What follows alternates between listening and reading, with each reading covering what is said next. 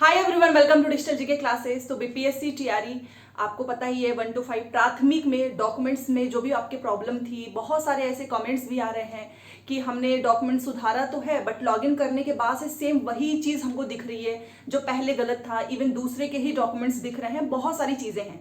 और अगर आपके साथ भी ऐसा हुआ है तो प्लीज़ कमेंट जरूर करें।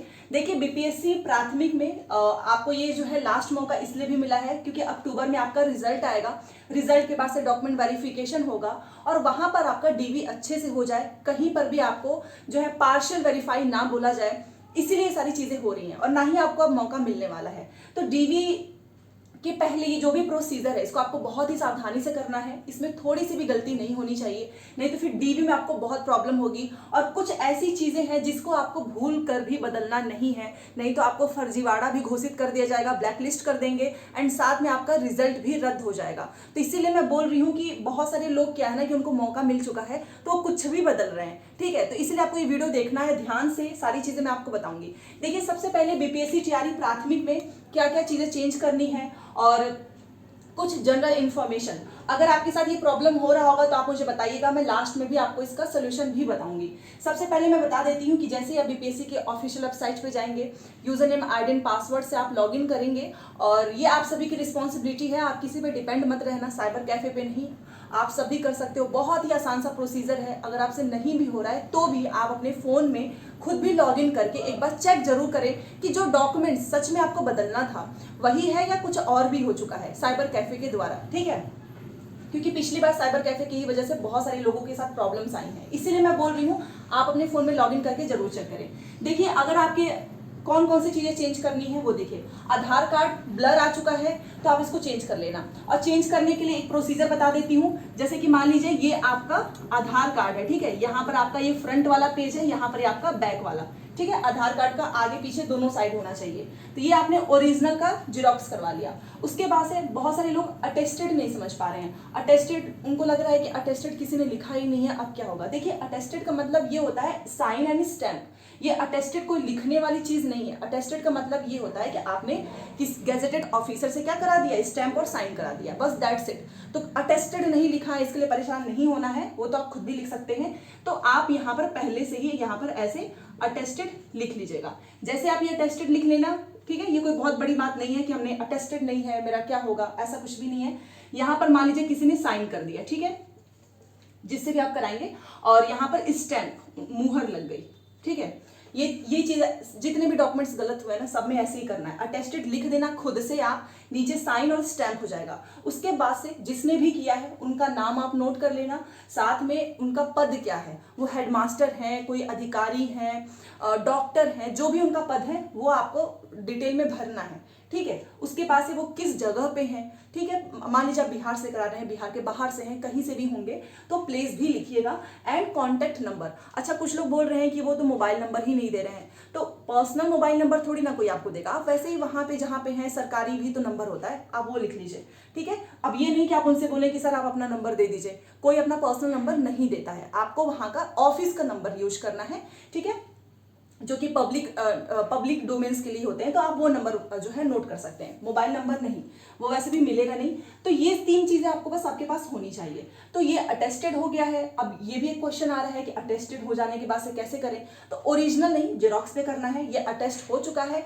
इसी को आपको 100 KB में कन्वर्ट करना है। अब आपसे नहीं हो पाएगा तो साइबर कैफे वाला कर देगा, बट जरूर से देखना, क्योंकि अगर उसने 100 KB में नहीं किया तो दोबारा से डॉक्यूमेंट्स ब्लर होंगे। तो 100 KB में हो जाएगा, फिर PDF अपलोड कर दीजिए। अपलोड करने के बाद से उनका नाम लिख दीजिए, उनका पद लिख दीजिए, पद के बगल में ही प्लेस, जहां पे लिखा है ना डेजिग्नेशन विद प्लेस, वहां पे उनका पोस्ट और प्लेस और कॉन्टेक्ट डिटेल्स PDF अपलोड कर दीजिएगा। उसके बाद से लास्ट में व्यू डॉक्यूमेंट्स, उस पर क्लिक करो और देखो कि सही तरीके से दिख रहा है या नहीं दिख रहा है। नहीं दिख रहा है तो दोबारा से करो, ठीक है।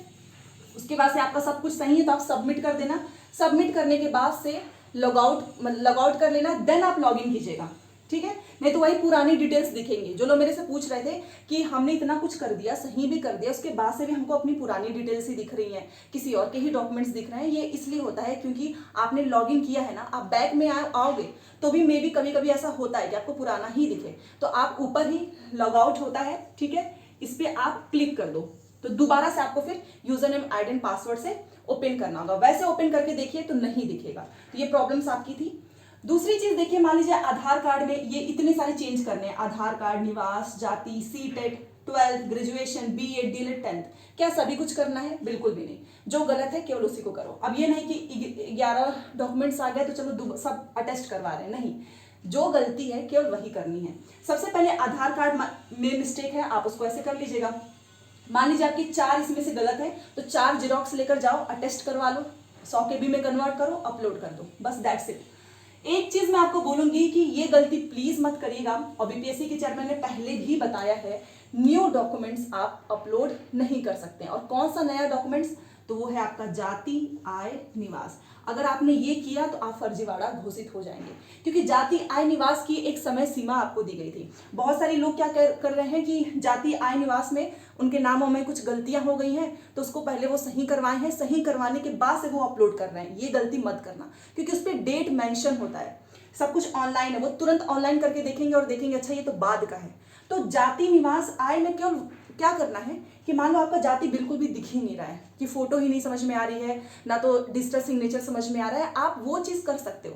बट नया जाति प्रमाण पत्र आपने बनवा के रखा होगा दोबारा से, क्योंकि बहुत सारे लोग ऐसा कर रहे हैं, आपने दोबारा से नया आय बनवाया होगा, जो भी निवास प्रमाण पत्र बनवाया होगा, क्योंकि पहले भी बीपीएससी के चेयरमैन ने पहले भी बोला हुआ है कि खास तौर पे ये जो जाति, आय, निवास, इसकी वजह से ना लोग सोचते हैं कि अगर मौका मिलेगा तो ये चेंज कर लेंगे, और चेंज करने के बाद से हमको आरक्षण का लाभ मिल जाएगा। तो जो लोग भी ये गलती करेंगे उनको सीधे बाहर किया जाएगा। तो प्लीज ये गलती मत करना। अगर आपकी जाति जो प्रमाण पत्र है वो नहीं दिख रही है, तो पुराना वाला ही डॉक्यूमेंट, जो आपने पहले डॉक्यूमेंट अपलोड किया है ना, सेम वही आपको अटेस्ट करके करना है। मान लीजिए आय प्रमाण पत्र है, वो भी क्लियर नहीं है, तो पुराना वाला ही जो ऑलरेडी आपने एप्लीकेशन फॉर्म में अपलोड किया था, क्योंकि देखो सीरियल नंबर इन सारी चीजों से लोग पकड़ लेंगे, ठीक है। और साथ में निवास प्रमाण पत्र। अब ये नहीं कि नया नया रिसेंटली किसी और एग्जाम के लिए बनवाया था और चलो ये इसी बहाने इसको अपलोड कर देते हैं, मौका मिल जाएगा, तो बिल्कुल भी नहीं। इन 3 चीजों को, नया डॉक्यूमेंट्स बिल्कुल भी नहीं, पुराना वाला ही चाहिए, ठीक है। और रही बात सीटेट, तो सीटेट का कर सकते हो आप, 12th का कर सकते हो, बीएड, डीएलएड, जो लोग भी डीएलएड के फेक डॉक्यूमेंट्स बनवाए हैं और अगर वो ये सोचेंगे कि इसमें डीएलएड में चेंज करने का मौका मिल रहा है, नया लगा देंगे, तो याद रखिएगा जो भी फेक डॉक्यूमेंट्स होंगे वो तुरंत पकड़े जाएंगे। क्योंकि मोस्टली लोग यहाँ पर डीएलएड और सीटेट, क्योंकि कुछ लोगों का सीटेट इस बार नहीं हो पाया है, आप भी जानते हैं, आंसर की आ चुका है, बहुत सारे ऐसे स्टूडेंट्स हैं जिनका सीटेट कुछ नंबर से रुक गया है। तो ये लोग भी इसमें क्या कर रहे हैं कि फेक डॉक्यूमेंट्स बनवा के अपलोड कर रहे हैं। आप पकड़े जाओगे, 1 सेकंड भी नहीं लगेगा और तुरंत आपको ब्लैकलिस्ट कर दिया जाएगा। और डीएलएड वाले जितने भी दूसरे कैंडिडेट्स हैं जो डीएलएड के फेक डॉक्यूमेंट्स बनवा के यहाँ पे सोच रहे हैं हम अपलोड कर देंगे, ऐसी गलती मत करना। बस आपको क्या करना है, जो ऑलरेडी आपके पास्ट में जो भी डॉक्यूमेंट्स आपने अपलोड किए थे वो क्लियर नहीं है, सेम उसी को अटेस्ट करवाइए, अपलोड कीजिए, नया कुछ भी नहीं। और खास तौर पे जाति, आय, निवास, इससे बिल्कुल भी नहीं, इस पे तो एकदम ध्यान रखना, क्योंकि ये चीज हर बार ऐसा होता है। और चेयरमैन साहब ने पहले ही बोला हुआ है कि कई बार ऐसे मामले आए हैं जहां पर लोग आरक्षण का फायदा उठाने के लिए फेक डॉक्यूमेंट्स लगाते हैं, ज्वाइनिंग होने के बावजूद भी उनको बाहर कर दिया जाता है, ठीक है। तो ये सारी चीजें मैंने आपको बता दी है। अब मुझे नहीं लगता कि आपको कोई प्रॉब्लम होगी, सब कुछ मैंने डिटेल में बताया है। और ये आपकी रिस्पॉन्सिबिलिटी है कि अगर साइबर कैफे जा रहे हो, उसके सामने बैठो, देखो, और व्यू डॉक्यूमेंट पे आप बार बार देख सकते हैं अपने सारे डॉक्यूमेंट्स अपने मोबाइल फोन में, ठीक है। और उन जो भी जहाँ से भी आप भरवाएं उनसे जरूर बोलना कि आप 100 KB में ही कन्वर्ट करो। 100 KB में करेंगे तो कोई दिक्कत नहीं आएगी। और जिसको ये प्रॉब्लम आ रही थी कि हमको पुराना ही दिख रहा है, तो लॉग आउट कीजिए, देन लॉग इन कीजिए, उसके बाद दोबारा से देखिए, ओके। सो आई होप आपको सारी चीज़ें समझ में आई होंगी। एंड कोई भी डाउट हो तो प्लीज़ मुझे बता दीजिएगा। मिलते हैं नेक्स्ट क्लास में। Thanks for watching.